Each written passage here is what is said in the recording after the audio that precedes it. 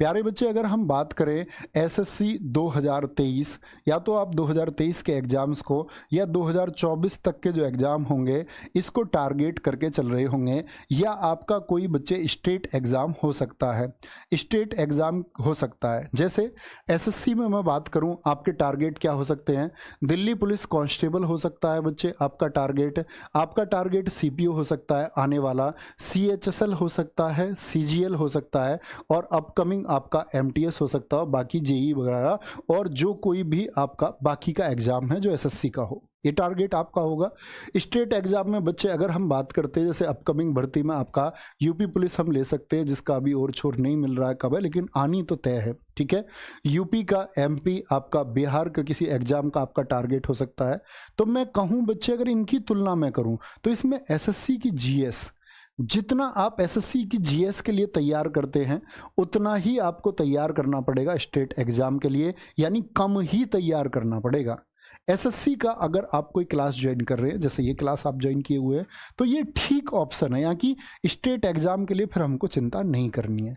अगर भैया मैं फ्रेशर हूँ, पहली बात करते हैं फ्रेशर बच्चे की, जिसने फ्रेशर से मतलब है जिसकी तैयारी दोस्त ऐसे मान के चलो, उसने, मैं फ्रेशर मानता हूँ कि पिछले 6 महीने से जो पढ़ रहा है बच्चा, उसको एक फ्रेशर बच्चा रख सकते हैं। 6 भी नहीं रखेंगे, 6 में तो बच्चा समझने लग सकता है। पिछले 3 महीने से कोई बच्चा मतलब कुछ चीज़ें जानता है, कुछ नहीं अभी तक, क्योंकि बच्चा अपने शुरुआती दौर में बच्चे को ये बता दिया जाता है कि भैया मैथ रीजनिंग सीखो, वो सीखने की चीज़ है, जीएस पर टाइम बर्बाद मत करो। मैं कहता हूँ कि आज बिगर जीएस का आपका सिलेक्शन नहीं हो सकता, आप कितना मैथ रीजनिंग वो करना जरूरी है, बाकी सब्जेक्ट भी।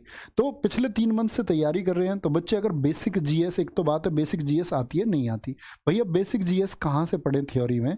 तो बच्चे देखो, अगर मैं अपनी बात करूं तो हमारी येलो बुक है, येलो बुक है, एकदम बेसिक है, वो आप पढ़ सकते हैं।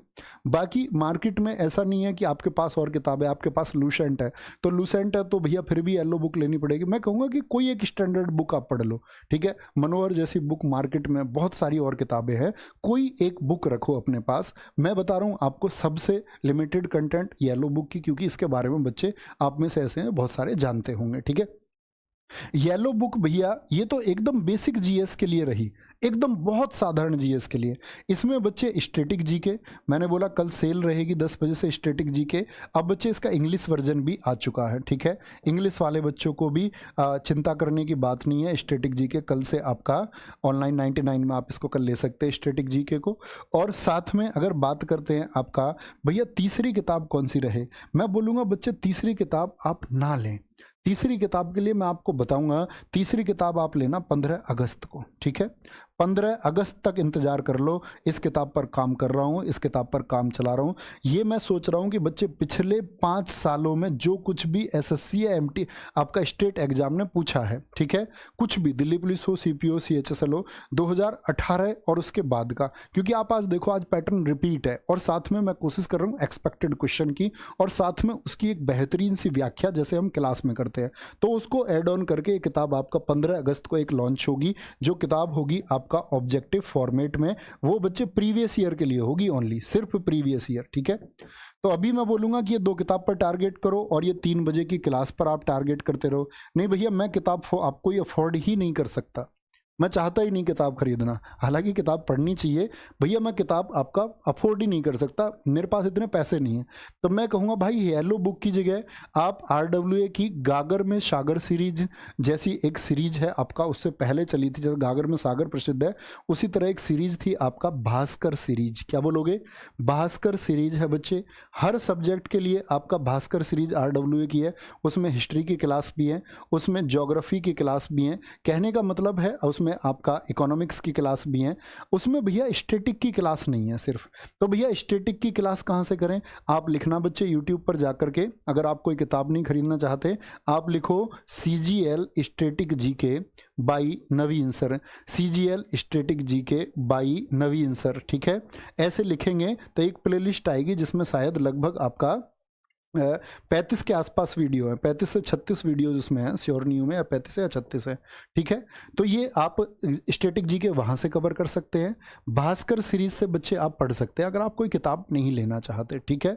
और भैया ये ऑब्जेक्टिव वाली किताब तो बच्चे इसके लिए 3 बजे का सेट है, ये 3 बजे का सेट है। तो मैंने दोनों फॉर्मेट आपको बता दिए। जो बच्चे यूट्यूब से पढ़ने की आदत रखते हैं, जो आज के टाइम में हमको अपना अपग्रेड भी करना चाहिए, ये बात याद रखें। किसी भी एग्जाम के लिए बच्चे, चाहे आपका चंडीगढ़ पुलिस आने वाला है, कोई भी एग्जाम आने वाला है, ये फॉलो कर लो, ये फॉलो कर लो, ठीक है। अगर यूट्यूब से हम पढ़ते हैं, जिससे हमारी कंटिन्यूटी बनती है।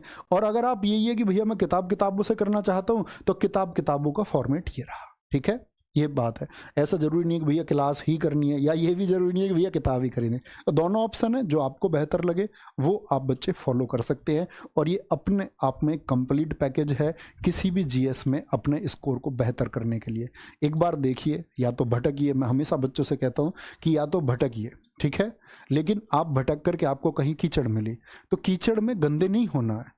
दूर से ये महसूस कर लो कि ये कीचड़ है। आपको बच्चे, आप पढ़े लिखे बच्चे, आपको ये समझ में आना चाहिए कि ये कंटेंट वही है जो आपके एग्जाम में आएगा या नहीं है। इतनी समझ आपको होनी चाहिए।